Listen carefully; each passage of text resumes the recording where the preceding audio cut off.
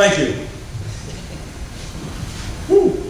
After all that, I'm very humbled to be recognized tonight with my fellow 2009 Hall of Fame inductees, and to be officially put into an esteemed category with all those men and women that have come before me. As some other people have mentioned, I'm excited to be back home, back to the place that's very special to me, back to a place that shaped me and molded me into the man that I am today. I'm honored to have the opportunity to publicly thank people who have raised me, taught me, mentored me, coached me, and nurtured me. First, giving the highest honors to God, for none of what I accomplished would be possible without His grace and glory. Second of all, I want to thank the committee for deeming me worthy to be in this elite group. To my parents, which are the best parents in the entire universe, in my totally biased opinion. Mom, you were the nurse that healed all the wounds, keeping ice on all the bumps and bruises that came with athletics. This tender love and care allowed me to only miss one practice in my entire high school career. It was you who I learned from and lived by your favorite quote: "If a job was once begun, I won't stop until it's done. Be the task great or small, I'll do it right or not at all." This is still my motto today. You offered encouragement, love, as well as discipline at all times. It was also you, see if some of you remember this, who kept me as clean as a whistle every day, with my nickname of Mean Mr. Clean. I had the whitest football pants, the whitest shoes, the whitest jersey at practice every day.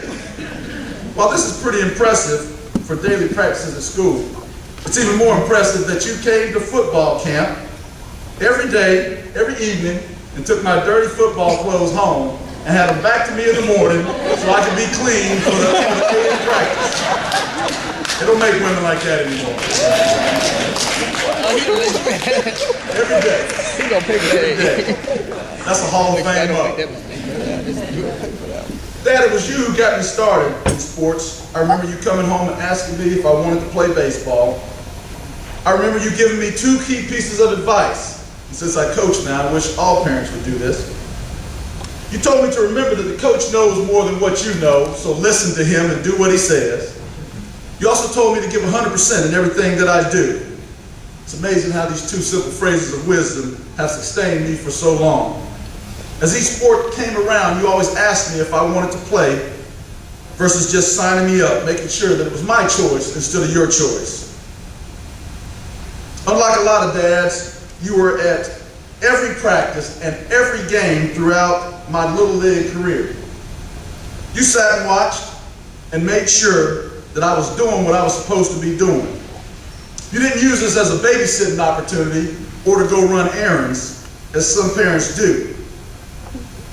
As I got into junior high school, when practices were right after school, it was tough for any parent to make, but you were at every game. This might seem small to some, but I remember the last game of my career at Georgia Tech. I was talking to a teammate of mine who was very excited. I asked him why. He said, "My dad is coming to see me play." I was thinking to myself, what's the big deal? My dad always comes to see me play. He could see the puzzled look on my face. And so he told me, this is the first time that my dad is coming to see me play at Georgia Tech. This guy was a senior, a 2-year starter. This reinforced to me what a Hall of Fame dad I have. I'm almost through. To my big brother, Rone, or maybe I should say my older brother, because I'm truly the biggest. You were as supportive as any sibling could ask for. Being 2 years your junior, I was able to do many things in life early because I wanted to do it because you did it. Whether it was riding a bike, doing homework, or starting sports, you inspired me. I seem to be in the limelight most of my life, but you were there cheering me on and keeping me grounded. I learned a lot from being around you. You're definitely a Hall of Fame brother. To all of my former coaches, see a lot of them out there, I want to thank you for your patience, your love. I do want to point out a few, going back, I want to point out my Little League coach, Paul Ward, who taught me a lot about attitude and about composure. I've heard some junior high school names mentioned, like Norman Sains, who actually recognized the tall, lanky kid might be able to play football. Coach Mac Wilder for being a tough disciplinarian. Coach Curtis Williams, who took a personal interest in me as a big brother and a mentor. And I still trade Christmas cards with him to this day. All of my high school coaches, I'm thankful for. Truly, when you play sports on the college level, you realize that there's none better than the coaches that you had here at Valdosta High School.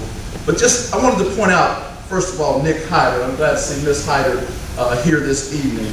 Nick was a devout Christian, and because of this, prayer was a major part of our pregame ritual and everything. He taught me work ethic, and that's something I constantly emphasize to my boys. He taught us how to work hard every day and to get better every day. And I always live by one of his quotes, that failure waits for those who stay. On success gained yesterday. You got to make it every day. Jack Rudolph, the most phenomenal defensive mind I have ever seen. He was able to slice and dice even the most prolific offense like a skilled surgeon and get us ready with a game plan that would make us successful. He was tough and expected nothing less than perfection. Those who played for him, you know what I'm talking about. We'd win a game 49-0, and we still get yelled at because they gained too many yards and everything like that. But I like that. I think in life it's all about what you're gapping against. And if you gap against perfection, if you don't make it, you fall pretty close. One thing I'll say about Coach Rudolph, first of all, I ran that play 27 times on offense. I want you to know that. It wasn't a few times. He had me run it back 27 times. And I always knew when I had Coach Rudolph stumped. You'd ask him a question about a formation or a defense. He didn't have an answer. He'd say, son, that's when you got to play football.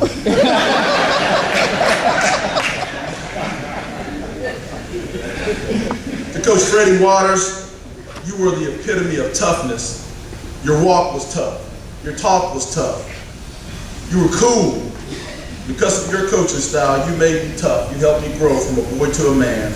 I'm truly grateful. I want to say to my teammates that no individual award is attainable without great teammates. So I want to publicly thank all of my teammates. They did their job. I did mine. We had great success because of that. Before I take my seat, I just want to recognize a few people that came with me. Just take me a second. My mother-in-law is here, Lucy Brown. My sister-in-law, Lavette Brown. My nephew, JB, and his wife, and the Oxford family from Nader. We really appreciate all your support through the years. Buddy of mine from the neighborhood, Willie Bell's here supporting me from Florida. Thanks for coming all this way. One of my best friends, Robert Nellums from Atlanta. Thanks for being with me, 20-something years. Wes Shorter, all the way from Cincinnati where I live right now. This was big enough for you to make a flight down here. I appreciate that. The Berry family from Albany, thanks for all your support. The Snyder family from Albany, thanks for all your support. Bubba and I coached together until I left Albany, and it's been very special. Damian Burke, my fellow teammate at Georgia Tech. I was with you 13 years ago when you got inducted to your Hall of Fame at St. Xavier High School, Louisville, Kentucky. I thank you for flying back from California to be here for this.